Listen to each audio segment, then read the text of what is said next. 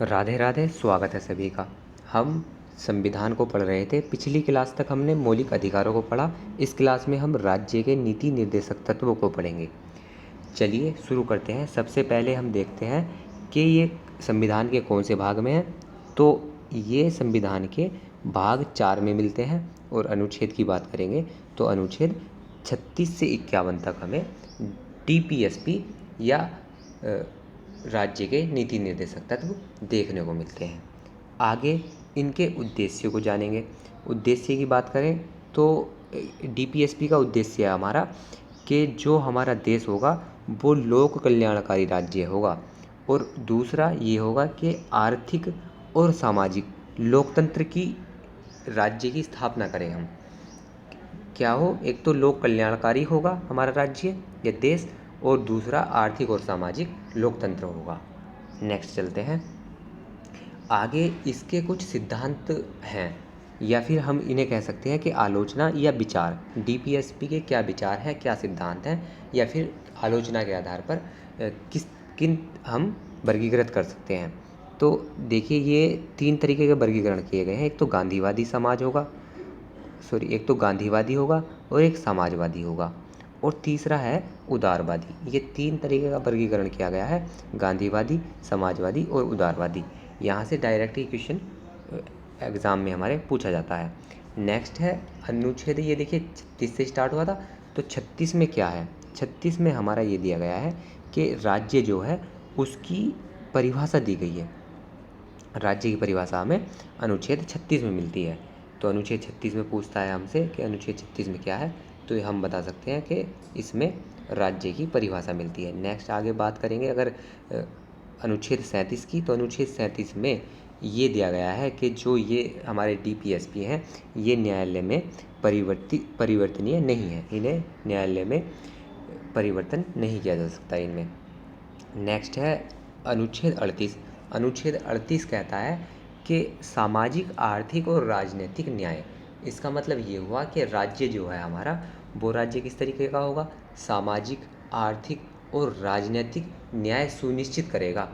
और जो भी हमारी उसमें रहने वाले आदमी होंगे, जो भी जनता होगी, उनके लिए आय, स्थिति और सुविधाएं, उनमें असमानता ना हो।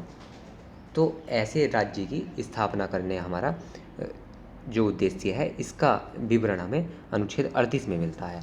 नेक्स्ट चलते हैं आगे है अनुच्छेद 39। अनुच्छेद 39 कहता है कि संसाधनों का उचित वितरण एवं समान कार्य समान वेतन। इसका मतलब ये हुआ कि जो भी हमारी जनता है राज्यों में रहने वाली, उनके लिए संसाधन का जो उचित विवरण होगा, अच्छे तरीके से सभी को वितरण किया जाएगा। जो भी हमारे संसाधन हैं सभी को समान, और समान कार्य समान वेतन।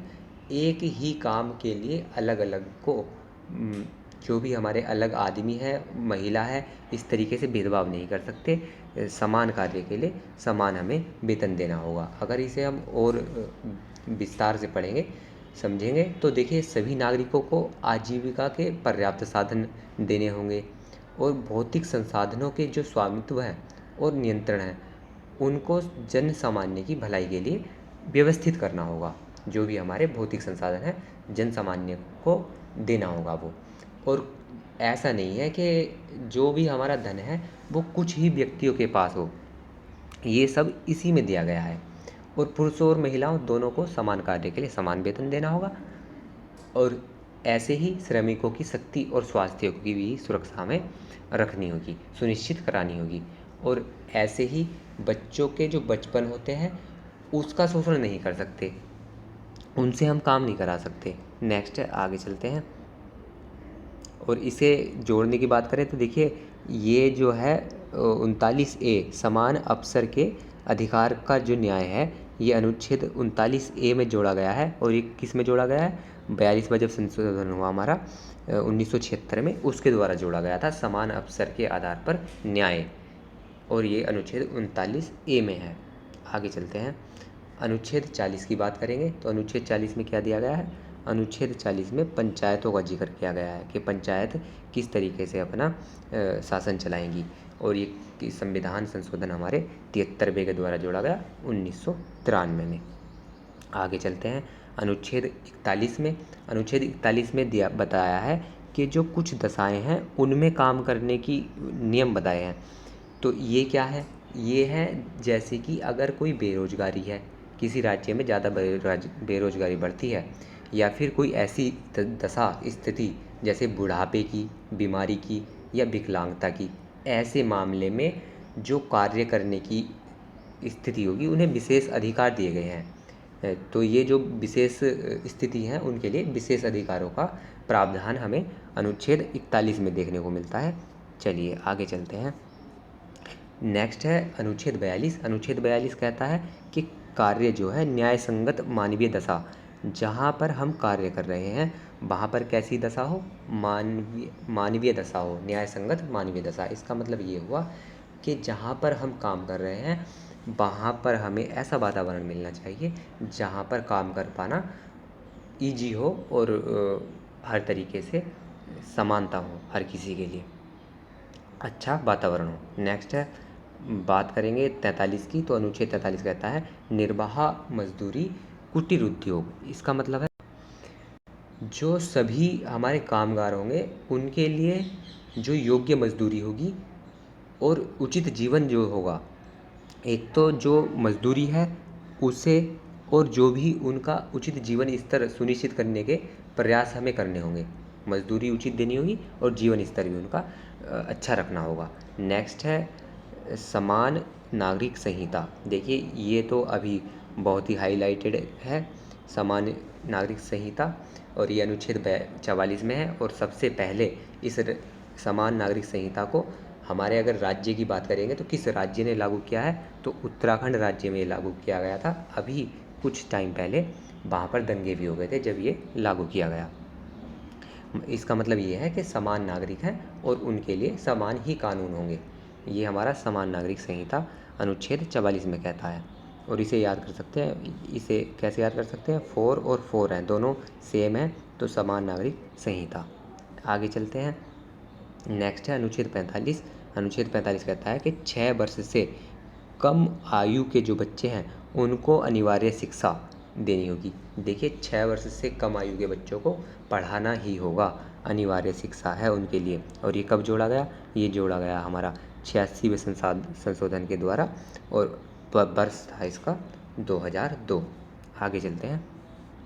अनुच्छेद 46 में क्या है? अनुच्छेद 46 में है अनुसूचित जाति और जनजाति, जो भी SC हैं और ST हैं, उन लोगों के लिए शिक्षा, आर्थिक हित और सामाजिक न्याय, इसका प्रावधान हमें अनुच्छेद 46 में मिलता है। इसका मतलब ये हुआ कि जो भी राज्य हमारे समाज के कमज़ोर वर्ग हैं, जैसे कि अनुसूचित जाति और जनजाति, और जो भी अन्य कमज़ोर वर्ग होंगे, उनके लिए जो भी शैक्षिक हित हैं और आर्थिक हित हैं उनको बढ़ावा देना होगा, विशेष प्रावधान उनके लिए किए गए हैं। ये अनुच्छेद 46 में हमें देखने को मिलता है। नेक्स्ट है अनुच्छेद हमारा 47। अनुच्छेद 47 है मद्य निषेध और पोषाहार स्वास्थ्य।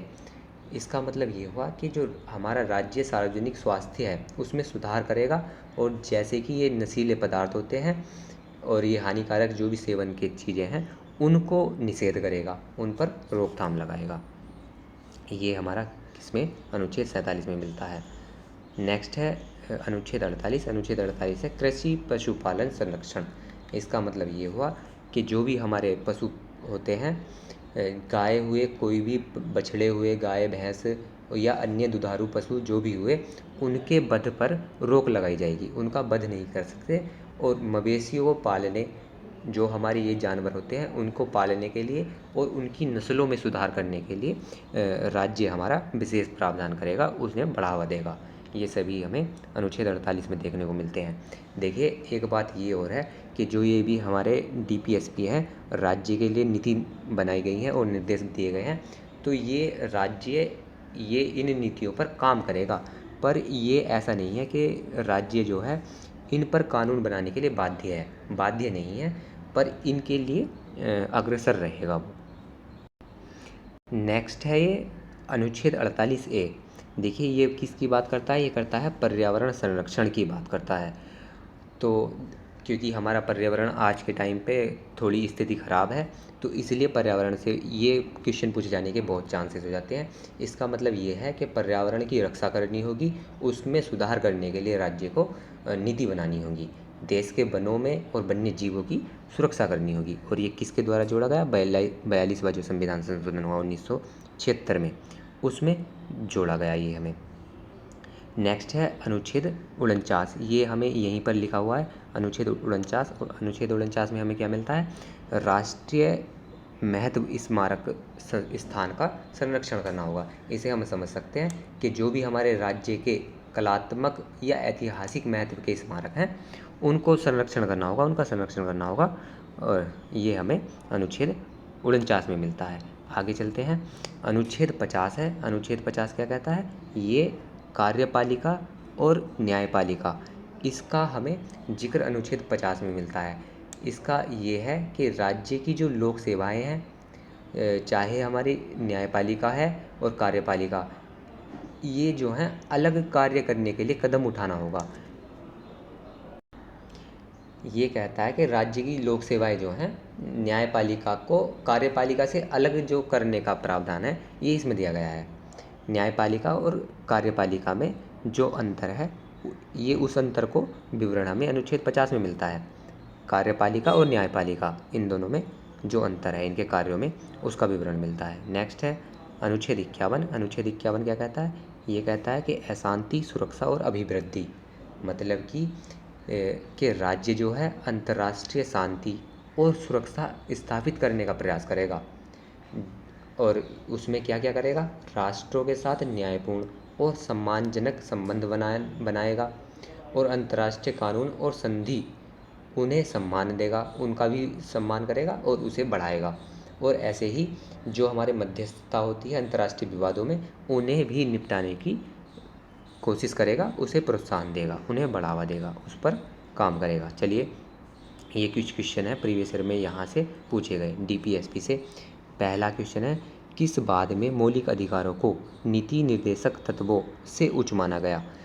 तो ये किस बात की बात है जिसमें ये कह दिया गया था कि DPSP जो है हमारे मौलिक अधिकारों से ऊपर हैं? तो ये जो हुआ था हमारा केशवानंद भारती बनाम जो ये केस था, ये 1973 में हुआ था। इसे हमने पहले भी पढ़ा था। इसी में हमें DPSP को मौलिक अधिकारों से ऊपर मान लिया गया था। नेक्स्ट है क्वेश्चन है, किस संविधान संशोधन द्वारा नीति निर्देशक तत्वों को उच्च बताया गया? तो ये किस संविधान संशोधन में? 42वें संविधान संशोधन द्वारा। आगे है, किस बाद द्वारा नीति निर्देशक तत्व एवं मौलिक अधिकारों दोनों को समान बताया गया है? देखिए, अब जो है मौलिक अधिकार जो है और DPSP जो है दोनों समान है। तो ये कब माना? ये मिनर्वा मित्स बाद जो हमारा 1980 में हुआ था, उसके द्वारा माना गया।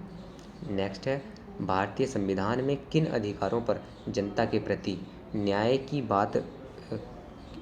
बात कही गई है? तो हमने अभी पढ़े थे कौन कौन से न्याय की बात कही गई थी। एक तो सामाजिक थे और आर्थिक थे और राजनीतिक, ये तीनों न्याय की बात कही गई है। आगे चलते हैं, नीति निर्देशक तत्व के अंतर्गत पंचायतों का गठन निम्नलिखित में से किस अनुच्छेद में मिलता है? तो अभी तो हमने पढ़ा है, कौन से अनुच्छेद में हमने पंचायतों का गठन देखा है? अनुच्छेद 40। नीति निर्देशक तत्व किस देश से लिए गए हैं? तो ये आयरलैंड से लिए गए हैं। नेक्स्ट है, भारतीय संविधान के किस अनुच्छेद में समान नागरिक संहिता के बारे में वर्णन मिलता है? तो समान नागरिक संहिता का क्या था? अनुच्छेद 44 था। ये गलत लिखा हुआ है। अनुच्छेद 44 में समान नागरिक संहिता का विवरण मिलता है और सबसे पहले उत्तराखंड राज्य ने इसे लागू किया है। नेक्स्ट है, भारतीय संविधान के किस अनुच्छेद के अंतर्गत 6 से कम वर्ष के बच्चों को अनिवार्य शिक्षा का विवरण मिलता है? तो अभी हमने पढ़ा, कौन सा था ये था अनुच्छेद 45। तो अनुच्छेद 45 हो जाएगा। और इसे कब जोड़ा गया था? 86वें संविधान संशोधन 2002 के तहत। नेक्स्ट है, भारतीय संविधान के किस अनुच्छेद के तहत राज्य की परिभाषा? तो ये तो अनुच्छेद 36 में परिभाषा देखने को मिलती थी। भारतीय संविधान के किस अनुच्छेद में संसाधनों का उचित वितरण और समान कार्य के लिए समान वेतन? तो ये हमने अभी देखा अनुच्छेद 39 में। नेक्स्ट है, भारतीय संविधान के किस अनुच्छेद में राष्ट्रीय महत्व स्मारक का स्थान और उनका संरक्षण की बात बताई गई है? तो अभी देखे थे अनुच्छेद 49 था हमारा। फिर है, भारतीय संविधान में सबसे अधिक आलोचना किस अनुच्छेद की गई है? तो ये अनुच्छेद 37 है। अनुच्छेद 37 है क्योंकि इसे जो है हमने पढ़ा था क्या कि राज्य न्यायालय में जो है परिवर्तनीय नहीं है। नेक्स्ट है भारत सरकार अधिनियम 1935 में अनुदेश प्रपत्र को किस वर्ष राज्य के नीति निर्देशक तत्व के रूप में प्रविष्ट समिष्ट किया गया। तो ये किस वर्ष किया गया था, ये 1950 में किया गया था। ये क्वेश्चन भी बहुत बार एग्जाम में पूछा जाता है। आगे है राष्ट्रीय स्मारक राष्ट्रीय सामाजिक कार्यक्रम कब लागू हुआ था। तो राष्ट्रीय सामाजिक कार्यक्रम को लागू किया गया था 15 अगस्त 1995 और अनुच्छेद 41 के तहत ये किया गया। नेक्स्ट आगे चलते हैं। मौलिक अधिक कर्तव्यों को संविधान के किस संशोधन द्वारा जोड़ा गया। देखिए मौलिक कर्तव्य हम नेक्स्ट क्लास में पढ़ेंगे और इन्हें जो जोड़ा गया 42वें संविधान संशोधन के तहत। और कब जोड़ा गया, सन था हमारा 1976। आगे चलते हैं। मौलिक कर्तव्यों को किस समिति की अनुशंसा पर जोड़ा गया। तो ये जोड़ा गया था सरदार स्वर्ण सिंह समिति के द्वारा। चलिए इस वीडियो को यहीं पर ख़त्म करते हैं। आगे जो है मौलिक कर्तव्य ये हम नेक्स्ट क्लास में पढ़ेंगे। अगर आपको इस वीडियो से वैल्यू मिली होगी तो एक थम्स अप दे देना। आपके साथ का कोई तैयारी कर रहा हो तो उसके साथ शेयर कर देना। हमारे साथ जुड़कर अगर तैयारी करना चाहते हैं तो चैनल को सब्सक्राइब कर लेना। जय हिंद, जय भारत।